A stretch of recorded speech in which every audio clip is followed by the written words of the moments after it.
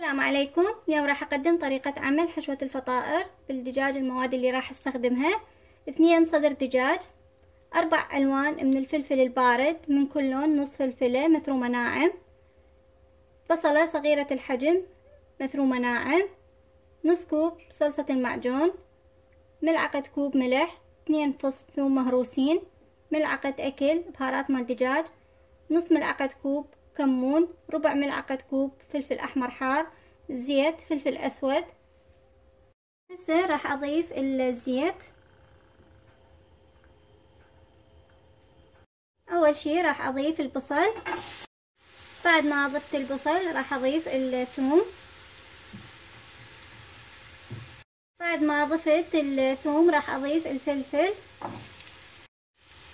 راح احمس الفلفل ويا البصل والثوم بهالشكل.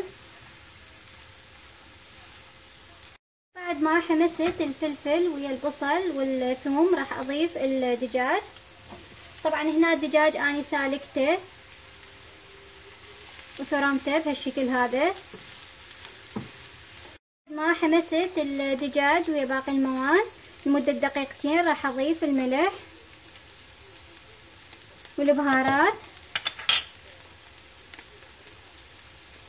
بالنسبة للبهارات مال الدجاج اذا ما توفرت عندك ممكن تستبدليها ب7 بهارات، هم تنطي طعم طيب.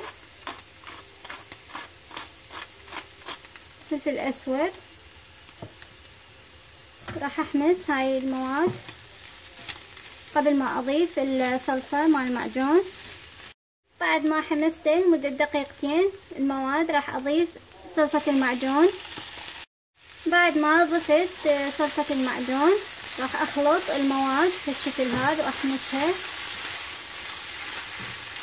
بعد ما انتهيت من الحشوة هاي شكلها، هاي الكمية صارت عندي.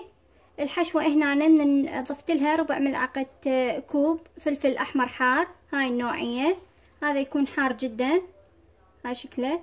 اذا انت ما حابة تضيفين الفلفل الحار لا تضيفين، واذا حابة الحرارة تكون اقل فضيفي فشي بسيط، رشة بسيطة، او تستعملين هذا النوع تشيلي باودر، هذا الحرارة مالته جدا بسيطة.